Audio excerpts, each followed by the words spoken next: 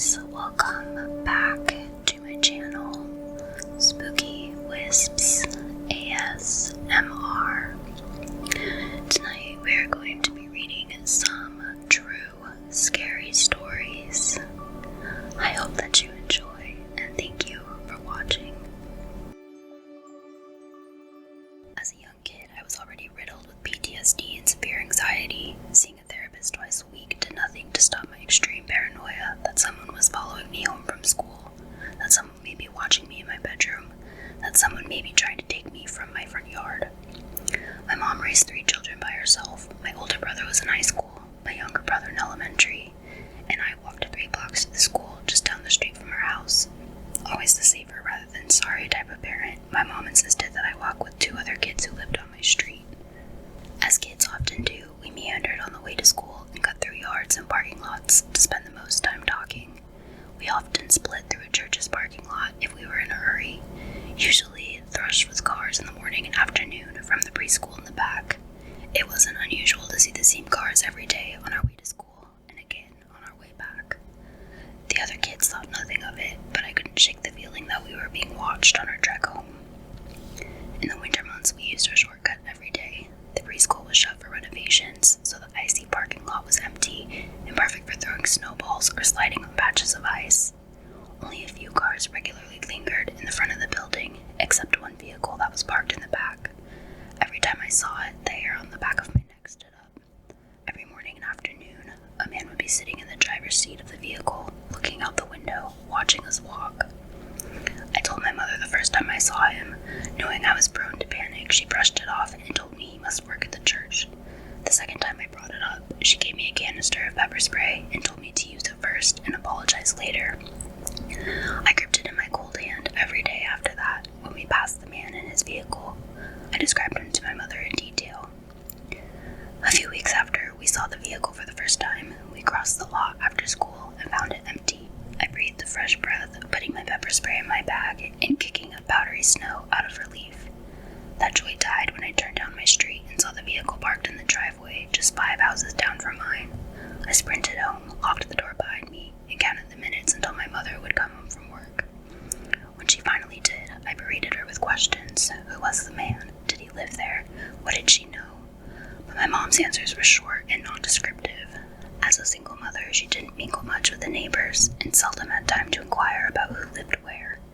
She did know that the couple who owned the house where the vehicle sat had a deranged son who had been sent to a mental hospital after an incident that happened when he was 14. I was filled with fear. I closed the curtains to my window before the sun had even set that night, and before I went to bed, I locked every window and door in the house. I was convinced that this insane man who watched me walk to school was going to kill me. When I finally did fall asleep that night, I woke in the middle of the night to the sound of our doorbell being pressed repeatedly, almost as if someone was leaning on it. I looked across the hall, and my mother was standing in the doorway, face white as a sheet. I scampered across the hall and held my little brother tightly as my mom went to the front door. Without opening it, she shouted, "Who are you, and what do you want?" There was no reply, only the sound of the doorbell. Through the peephole, she saw the man who drove the vehicle parked 5 houses down. She shouted, "I'm calling the police," as she dialed 911 on her phone. The ringing stopped and was shortly replaced by banging, as if the man was trying to break the door down. Red and blue lights flooded our streets, and the man ran off through the streets. The police didn't chase him, instead parked in our driveway. They asked my mother if she had told him to go away. Panicked and crying, she told them she hadn't, and they said there was nothing that they could do.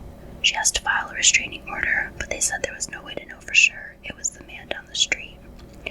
I told them the license number of the vehicle that was parked in the church's lot, and that the man who drove it was the same man my mom saw ringing our bell.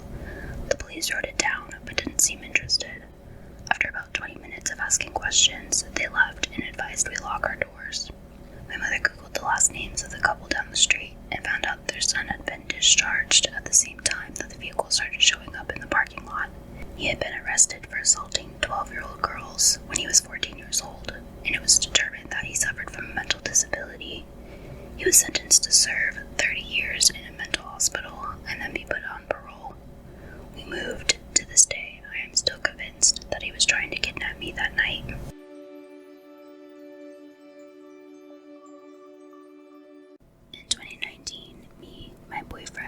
best friend and her partner stayed at an Airbnb in Sandusky, Ohio for a convention, but it was much cheaper than the hotel near the convention hall, so we opted for there. The first red flag happened as soon as we arrived. The owner greeted us and made a point to tell us that his house was directly next door. As in, if there weren't any trees, he would have been able to see into the windows of where we were staying. Okay, so he had a few houses on his property. No big deal. Right? Wrong. It only got worse from here. For instruction, we were forbidden to go into the basement under any circumstances, unless there was a tornado. Being the curious young adults we opened the door anyway and were going to investigate, but stopped in our tracks as soon as we saw the direction the stairs were facing, directly towards the owner's home. In the darkness, there was a faint electronic glow. We quickly shut the door and barricaded it with luggage. Again, the owner's home was so close, there could have easily been something connecting his house to this basement. A little weirded out at this point, we went ahead and looked at the rest of the house. It was a nice and spacious place with a narrow staircase to the second floor where our bedrooms would be. We selected our rooms and began to unwind after the long drive. In my boyfriend and I's room, there was a single random sprinkler in the middle of the ceiling that looked out of place. We were tired from the trip, so I didn't think much of it then, but looking back now, there's a high chance it was a hidden camera. Things only got weirder from here. We were gone most of the next day at the convention, and when we returned, one of the outside doors that we definitely locked was unlocked and slightly ajar. My friends and I collectively shared a look of panic and closed and locked the door. My best friend's partner suggested that maybe the owner needed to get something out of there while we were gone and to close the door completely on the way out. We made sure all our things were still there, and then soon forgot about it because we discovered something more pressing. The locks on both the bedroom doors were now ineffective. We told ourselves they were already like that and we just didn't notice, but I'm not sure if I believe that. On our second to last night, my boyfriend and I were both restless over what had been happening at the Airbnb and the day's activities, so we decided to try to find something to watch on TV to take our minds off of it.